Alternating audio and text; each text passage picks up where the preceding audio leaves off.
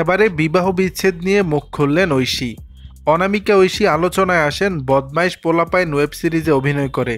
যদিও টিকটক করে তিনি পরিচিতি পেয়েছিলেন, তবে মূলধারার সবিজে সেই ওয়েব সিরিজের মাধ্যমে পদার্পণ।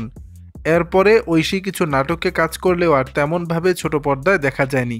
তবে টিকটক কিংবা ফেসবুক ভিডিওতে ছিলেন সরব।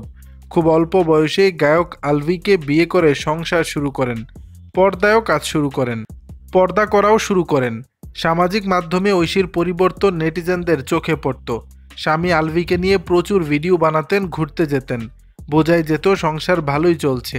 কিন্তু হঠাৎ করেই আলভি ও ঐশীর বিচ্ছেদ আলোচনা এলো। সামাজিক মাধ্যমে ঐশী ও আলভির বিচ্ছেদ আলোচনায়। এ বিষয়ে ঐশী বলছেন, আমরা এখনই বিয়ের কথা বলতে চাচ্ছিলাম না, ও চাচ্ছে না, আমিও চাচ্ছি না, কিন্তু আমাদের এখনও ডিভোর্স হয়নি, আমরা দুজনেই সেপারেশনে আছি। ও ক্লিয়ার করে বলতে পারছে না কি করবে, আমিও পারছি না, এটা দুজনের সিদ্ধান্তের বিষয়। আলভির সঙ্গে পরিচয় হয় ঐশীর, এরপরে প্রেম, প্রেম থেকে বিয়ে। কিন্তু ভালোবাসার মানুষটির অনেক বিষয় মেনে নিতে পারছিলেন না বলে জানা যায়। এরপরেই আলাদা থাকতে শুরু করেন।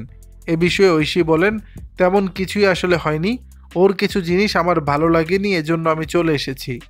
তবে এদিকে বিচ্ছেদের প্রসঙ্গ সামনে আসতেই সামাজিক মাধ্যমে নেটিজেনদের একাংশের কটাক্ষের শিকার হচ্ছেন তিনি।